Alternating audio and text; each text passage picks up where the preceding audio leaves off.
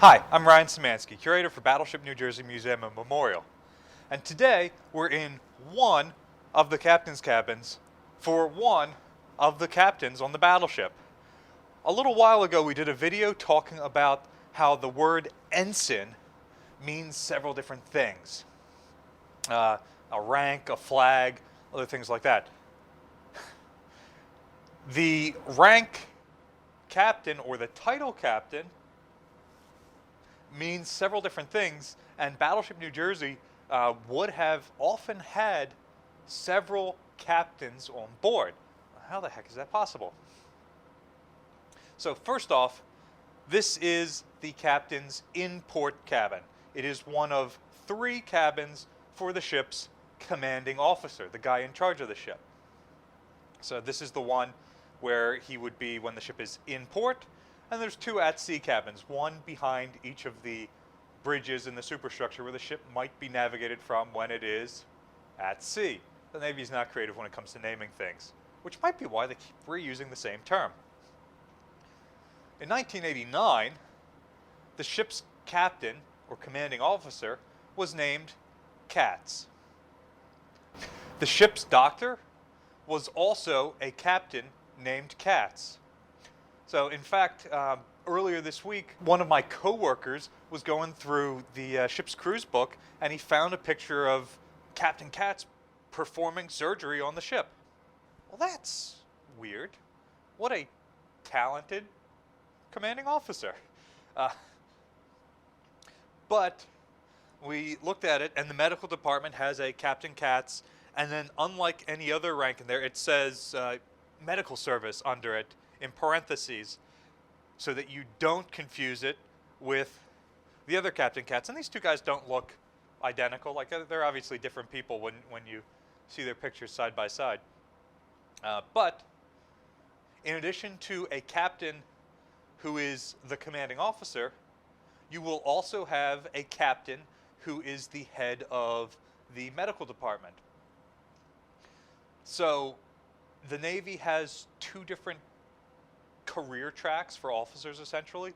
There are line officers, the ones in line to command the ship, and they do more of the shipy departments, your engineering, your gunnery, those sorts of things, and they work their way through the ranks to become a commanding officer. And then there are the staff officers, where a doctor is likely not going to command the ship, but they are a professional doctor. When they leave the Navy, they're still going to be a doctor and do that sort of stuff. So they need to have that training before they come onto the ship. And because they have a significant level of training and skill and experience, they also get a rank and paycheck that is commensurate to that. So you have the ship's commanding officer. At the end of the ship's career, the last couple of executive officers also held the rank of captain, even though they weren't the ship's commanding officer. So there were at least 2 captains in line to command the ship.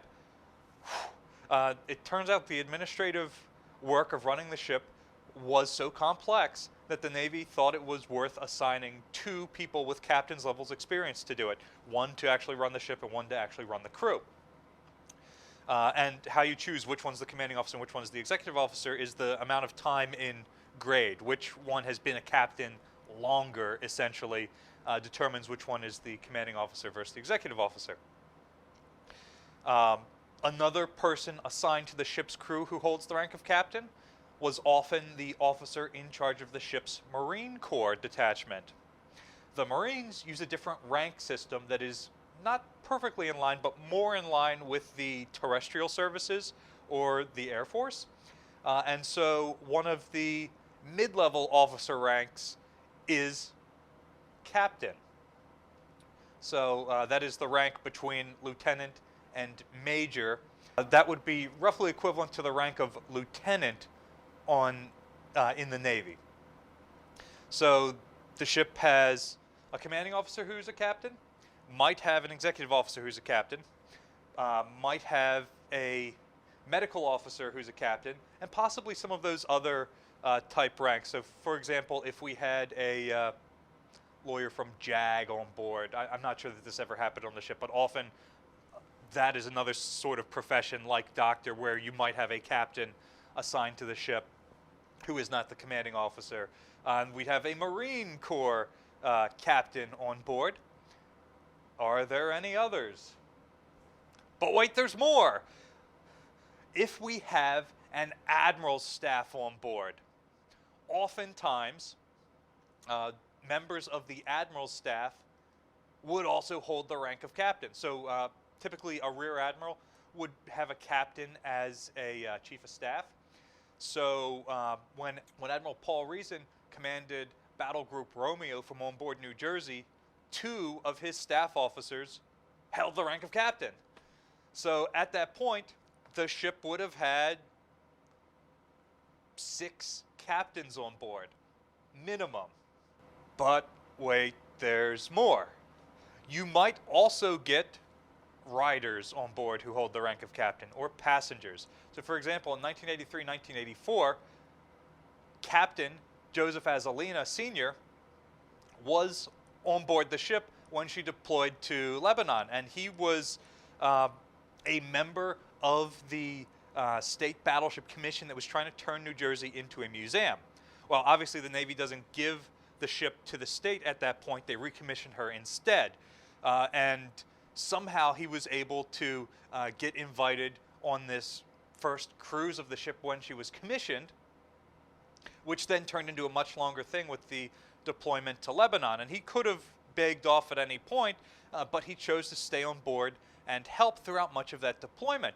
And so, in addition to the ship's commanding officer, there was also this other captain on board who technically was not assigned to the ship, did not have any specific jobs. And I guarantee you, knowing the Azalina family, who's still involved with the ship to this day, that he found ways to help out and took on jobs on the ship. But there is another captain on board.